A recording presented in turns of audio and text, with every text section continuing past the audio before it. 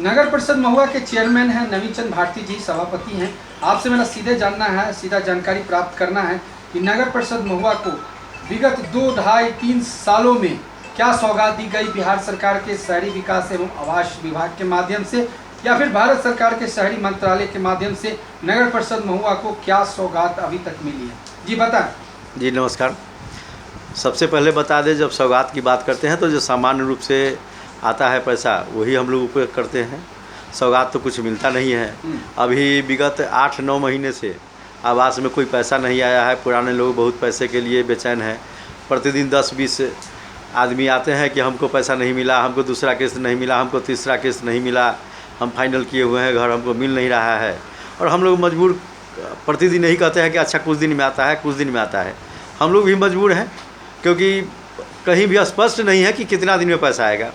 दूसरी बात रही विकास की योजना, तो जो हम लोगों को पैसा आता है उसमें ही हम विकास करेंगे। अभी हम लोग इतने दिन में लगभग 100 योजना 25 वार्ड में लगभग 4-4 योजना 5-5 योजना का काम किया है, जिसमें सड़क है, नाला है, कुछ छठ का घाट है, सौंदर्यीकरण है, ये सब योजना हमने किया है और आगे भी करने की योजना है। अब तो चुनाव आएगा, हम लोग कुछ कर नहीं पाएंगे। फिर दूसरा एक महत्वपूर्ण विषय आपसे ये जानना चाहेंगे कि जो कार्यालय आपका है नगर परिषद महुआ का जी, उस कार्यालय की स्थिति उतनी अच्छी नहीं है जितनी स्थिति होनी चाहिए थी, और इसके एवज में सरकार के माध्यम से जो गाइडलाइन है उसमें जमीन की बात आ जाती है। इस संदर्भ में आप काफ़ी प्रयासरत हैं और आप हमारे चैनल के माध्यम से माननीय मुख्यमंत्री, माननीय प्रधानमंत्री, माननीय शहरी विकास मंत्री भारत और बिहार सरकार को सीधे तौर पर क्या कहना चाहेंगे, क्योंकि महुआ में राजकीय अस्पताल चिकित्सक का बन चुका है। लोग बच्चे यहाँ पढ़ेंगे भी और डॉक्टर भी बनेंगे, और उसी कैंपस में नगर परिषद की भी संभावना हो सकती है। जी बताएं। जी सर, जिसे जहाँ सरकारी अस्पताल बन रहा है, मेडिकल कॉलेज बन रहा है, महाविद्यालय, उसमें 24 एकड़ ज़मीन था उद्यान विभाग का, बिहार सरकार का, जिसमें 22.5 एकड़ ज़मीन उद्यान मेडिकल कॉलेज को दे दिया गया। बाकी 1.5 एकड़ ज़मीन है जो नदी किनारे में है। वहाँ उद्यान विभाग का अभी 5-7 वर्ष से कुछ नहीं हो रहा है, जैसे कि तैसे पड़ा हुआ है। सब में भांग उपजा हुआ है, गलत सलत पौधा उपजा हुआ है, वहाँ गलत सलत लोग बैठते हैं। अब उसको हम कुछ कंट्रोल भी नहीं कर पाते हैं क्योंकि पीछे बागीचा में है, कोई अगर जाता भी है तो हंगामा होती है। दूसरी बात, हमने यहाँ से लेके के बिहार सरकार तक भी कागज़ के माध्यम से, चिट्ठी के माध्यम से, विभाग के माध्यम से पत्र दिया कि हमको इसमें से कम 52-55 डिसमल ज़मीन दे दिया जाए कि इसमें नगर परिषद और सम्राट अशोक भवन हम बनावे। लेकिन वहाँ से आप हुआ कि नहीं, उद्यान विभाग का ज़मीन हम किसी रूप में आपको ट्रांसफ़र नहीं कर सकते हैं, उसके लिए आपको ज़मीन देना होगा बदले में। तो ज़मीन महुआ का इतना महंगा है कि हम खरीद भी नहीं सकते हैं, और ख़रीदेंगे तो कहीं अलग चौर चाचर में मिलेगा जो काम का नहीं होगा, वो लेंगे नहीं। दूसरी बात है कि अगर ये ज़मीन दे देते ये, तो हम इस ऑफिस के अलावे में भी जो भी ज़मीन बचता उसका सौंदर्यीकरण करते, वहाँ पर्यटन का हम विकास करते, लोग यहाँ आते, उससे हमारे नगर परिषद का भी विकास होता, आमदनी बढ़ती, सरकार को भी ये कहने का मौका मिलता कि हमने ये ज़मीन मुहैया कराया तो यहाँ चल के देखा जाए।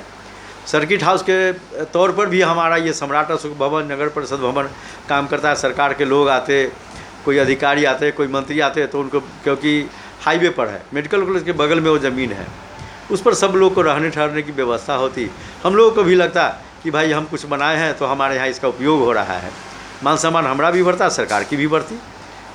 इसमें नगर परिषद की भूमिका रहती है, आम जनता की भूमिका रहती है, और सरकार के माध्यम से भी भूमिका के तौर पे देखी जाती है। एज ए सभापति मेरा आपसे सवाल है कि आपका महुआ नगर परिषद जानदार, शानदार, लाजवाब और आकर्षक दिखे, इसके लिए कि आप क्या सोचते हैं, मन में क्या विचार रहता जी, है, इसके लिए प्रयासरत में क्या है? जी जी जी, इसके लिए प्रयास में है कि सबसे पहले हम गांधी चौक से जो भी सड़कें निकलती है, मुजफ्फरपुर, हाजीपुर, ताजपुर, चाहे देसरी, सब में बीच बीच में 10-10 फीट पर पोल देके, खम्भा देके, और वहाँ अच्छे ढंग से लाइटिंग की व्यवस्था करना।